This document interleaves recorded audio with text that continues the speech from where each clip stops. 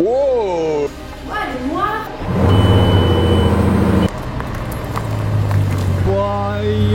Ici, t'as un studio principal. C'est ça la vraie vie, mec. Hein. Les galères, et les galères, et les galères. On a voulu mettre le point fort sur l'expérience quand le client vient chercher sa voiture.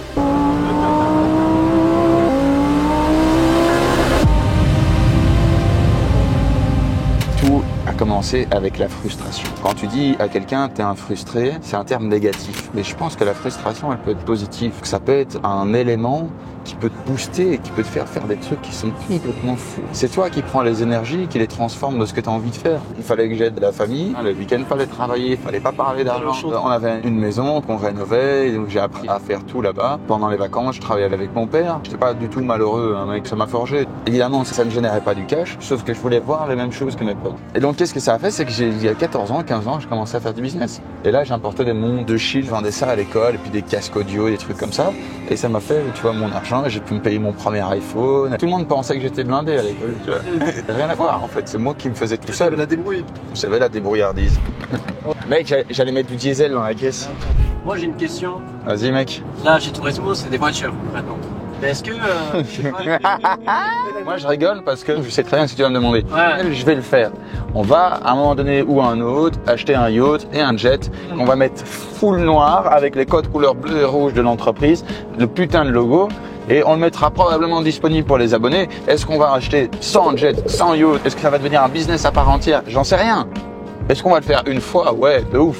Oui. Parce qu'on est porté par cette passion et faire des trucs qui n'ont de base aucun sens. C'est évidemment dans les plans, mec. Oh là là là là, la folie, mon ami. Les gars, ça c'est violent. Hein. Oh, l'intérieur. J'ai donné comme cadeau à mon père la voiture. Incroyable.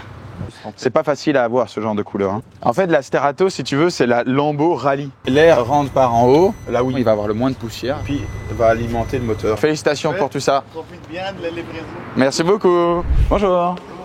On vient pour la réception de la Macan. Il y a un camion qui arrive avec 7 Macan, 3 Cayenne et des 911. Donc on va vider la concession et on va mettre que des voitures Turismo.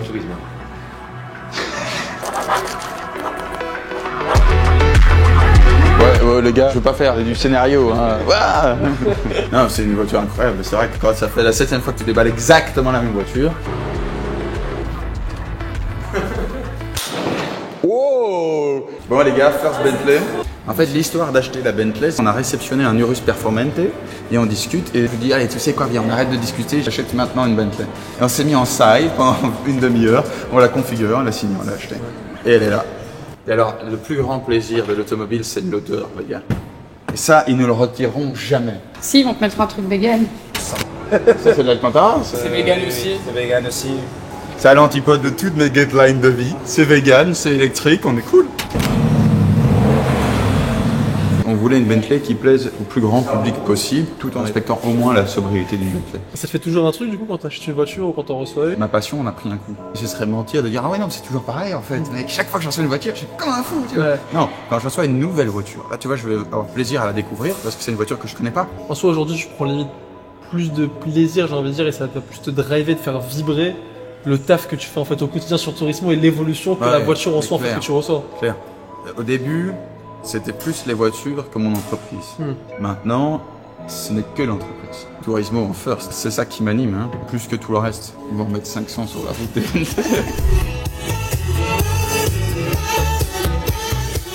Bon les gars, vous savez où on est là? Parce que vous êtes français, vous connaissez pas ça? Non. C'est un emblème ici, le parc du cinquantenaire et Auto World. C'est là où a commencé le premier salon de l'auto en Belgique. Et puis voilà, on a créé un musée et voilà, il prend de plus en plus d'ampleur. Elle est élégante, elle est performante et elle est innovante. 4 souhaits. Le premier, c'est qu'il veut un véhicule qui dépasse les 1000 chevaux. Ouais. Deuxième souhait, un véhicule qui dépasse les 400 km/h. Troisième souhait, c'était d'avoir un véhicule qui puisse utiliser sur circuit durant la journée et avec le même aller à l'opéra avec son épouse le soir. Et le quatrième, que le véhicule vale plus d'1 million. Exactement, hors taxe. Hors taxe, wow. Et voilà, ben ça c'est la création, c'est la fameuse Veyron qui symbolise justement cette renaissance. Ici on a un W16, donc ce sont 2 V8 qui sont collés ensemble avec 4 turbos. Bon.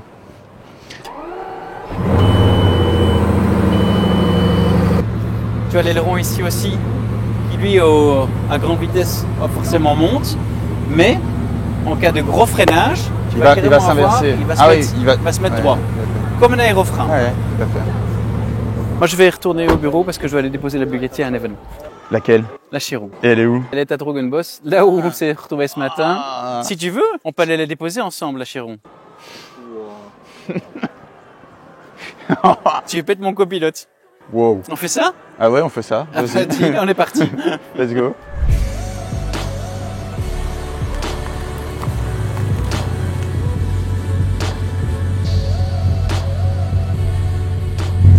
Hello Bernard. Alors, chose promise, chose due. Montez, cher ami. En fait, le volant, c'est un bloc en aluminium qui est fraisé. Donc, tout ceci est une pièce. Wow.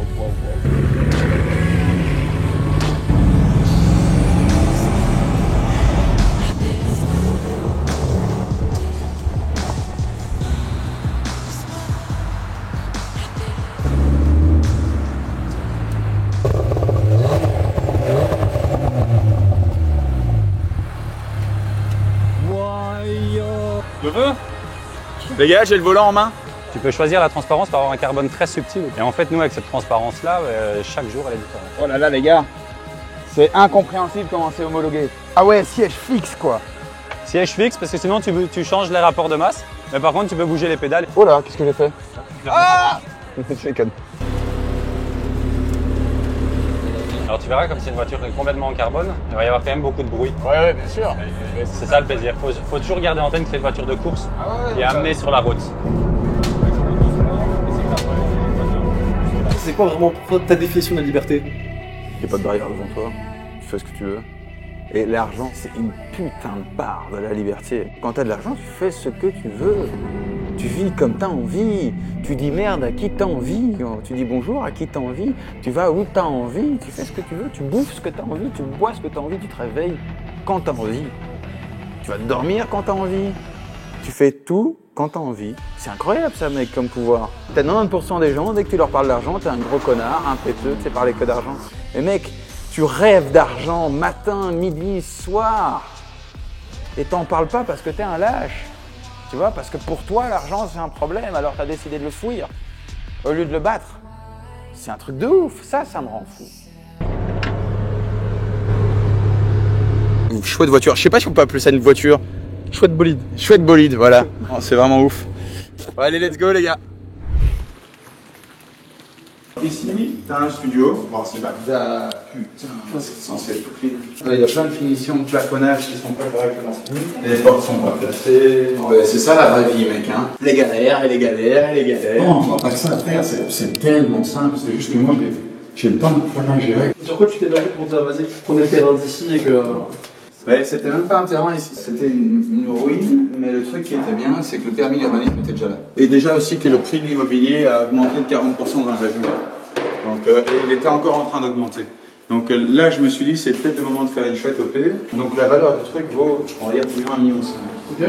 Et après, c'est pas à peu près la rentabilité que tu vises avec ça? Ce qu'on va faire, c'est qu'on va louer pendant 5 ans et on va toucher dans les 6 000 € par mois. Comment t'as commencé dans l'IMO? C'était quoi ta première opération? J'ai été agent IMO, j'ai fait pour autrui des opérations d'options cessibles et divisibles. C'est-à-dire que tu trouvais des propriétaires qui avaient un immeuble, qui voulaient le vendre à l'unité.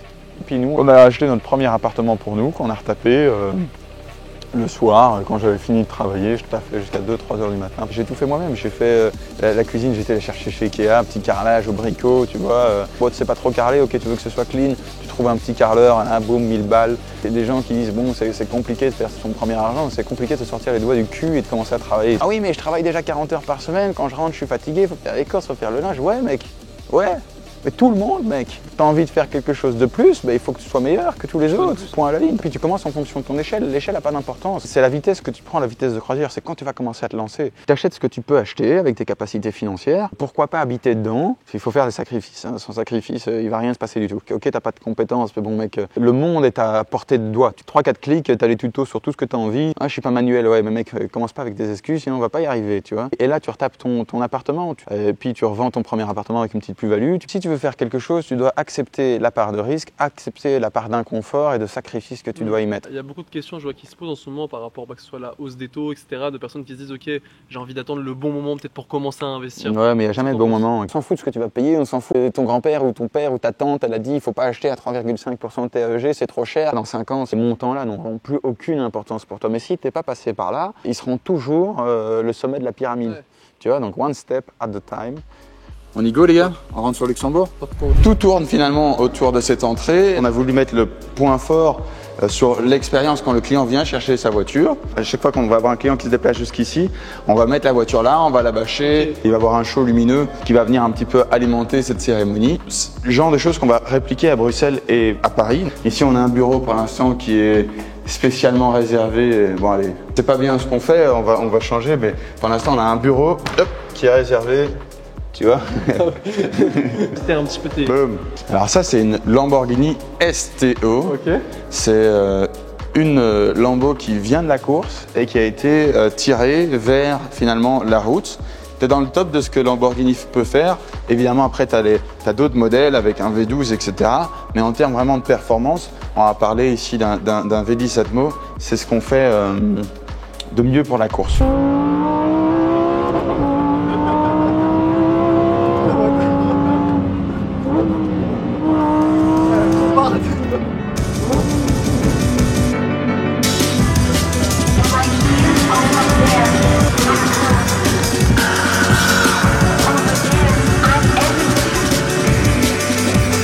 Bonjour mon cœur, bonjour mon bébé.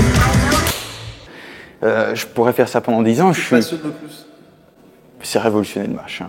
Faire un truc grand, tu vois, violent. 3-4 pays, ça me conviendra pas, quoi. Ce que j'ai envie aussi, c'est arriver à un changement de mentalité où les gens sont passionnés et heureux d'être abonnés Turismo. Ça commence à l'être avec nos abonnés. C'est plus cool d'être abonné que d'être propriétaire. Il n'y a rien de plus stylé que l'abonnement.